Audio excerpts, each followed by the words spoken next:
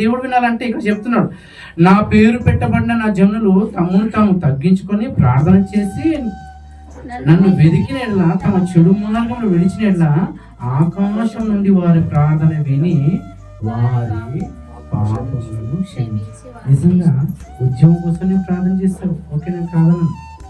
ఆరోగ్యం కోసము ఇప్పుడు స్వప్న ప్రార్థన చేయించుకుంటుంది, లక్ష్మక్క ఆరోగ్యం కోసం ప్రార్థన చేస్తుంటుంది, కానీ వీటన్నిటికి ప్రార్థన చేస్తున్నాడు. కానీ ఇది దేవుడు విన్నాడు, వినాలి, ఇది దేవుడు విన్నాడు. మళ్ళీ ఏంటి కోసం ప్రార్థన చేయాలి?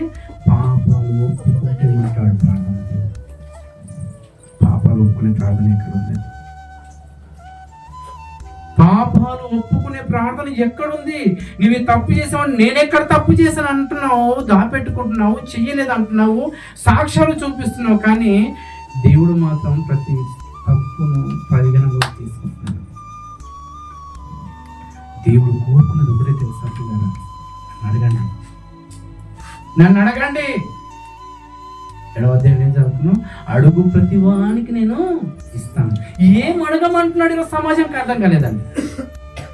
పిల్లలు లేని వాడి పిల్లల కోసం అడుగుతున్నారు, కుటుంబంలో సమస్యల కోసం అడుగుతున్నారు, ఆర్థిక ఇబ్బందుల కోసం అడుగుతున్నారు. కానీ దేవుడు ఏమంటుంది తెలుసా? నీకు ఇవన్నీ కాదే ముఖ్యము, నీ పాపం అనే సమస్య కోసం నువ్వు అడుగు. ప్రార్థన చేయించుకునేవారు బోధకుల దగ్గరకు వచ్చి ఎవరు ఏం ప్రార్థన చేయించుకుంటున్నారు నేను అడుగుతాను. నిజంగా అందరు ఎవరైనా వచ్చేసి ఎవరైనా అడుగుతారేమో అనుకుంటారు, నేను తప్పు చేశాను, నా గురించి ప్రార్థన చేయాలి. ఒక్కరు అడగరండి, ఒక్కరు అడగరు. నేను తప్పు చేశాను, ఈ తప్పు చేశాను, నా కోసం ప్రార్థన చేయను. నాకు ఆరోగ్యం బాగాలేదు, నా ఉద్యోగం కోసం, నేను చేస్తున్న పని, నా వ్యాపారం, నా పిల్లల కోసము, నా పిల్లల జ్వరం కోసము. ఇదిగో ఈ లోకానుసారమైన అన్ని విషయంలో మనం ప్రార్థన అడుగుతున్నాం, కానీ పాపం విషయం ప్రార్థన ఎవరు అడుగుతున్నాం? ఆ ప్రార్థన దేవుడు వింటాను అంటున్నాడు. ఇవన్నీ దేవుడు వినని అంటున్నాడు. ఎందుకంటే చనిపోయిన తర్వాత వెళ్ళాల్సింది ఆ పాపంతో ఉంటే తండ్రి అయిన దేవుని దగ్గరికి మనం వెళ్ళలేము.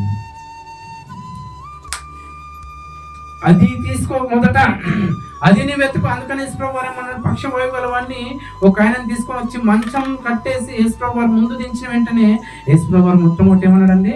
నీ పాపము క్షమింపబడును గాక. ఎవరండి? మనం మోకరించిన వెంటనే ఉద్యోగంకి వెళ్ళినప్పుడు కాపాడావు, వచ్చే ప్రయాణంలో కాపాడావు, మంచి ఆహారం ఇచ్చావు, కాపాడావు, మంచిది ఇచ్చావు, అన్ని కాపాడావు. దేవుడు ఏమైనా చూస్తుంటాడు తెలుసా? ఒరే ఇంత ప్రార్థన చేస్తున్నావు, నీ పాపాన్ని ఒప్పుకోరా, అందుకని నేను మోకరించావు కదా. లేదు, నాకు ఇవన్నీ కావాలని మోకరిస్తున్నాను, అయితే నేను వినను. అర్థమైందా?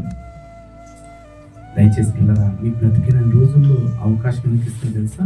పాపాలు మోకరించామంటే నీ పాపాలను గుర్తు చేసుకుని ప్రార్థన చేసుకోవాలి. వింటాడు దేవుడు, ఆ ప్రార్థన వింటాడు. అది అడగమంటున్నాడు. ఏం అడగమంటున్నాడు? ఈరోజు సమాజానికి అడగమంటుంది. ఏ అలవాట్లు ఉన్నాయి ఆ అలవాట్లు పోవాలని అడగమంటున్నాడు.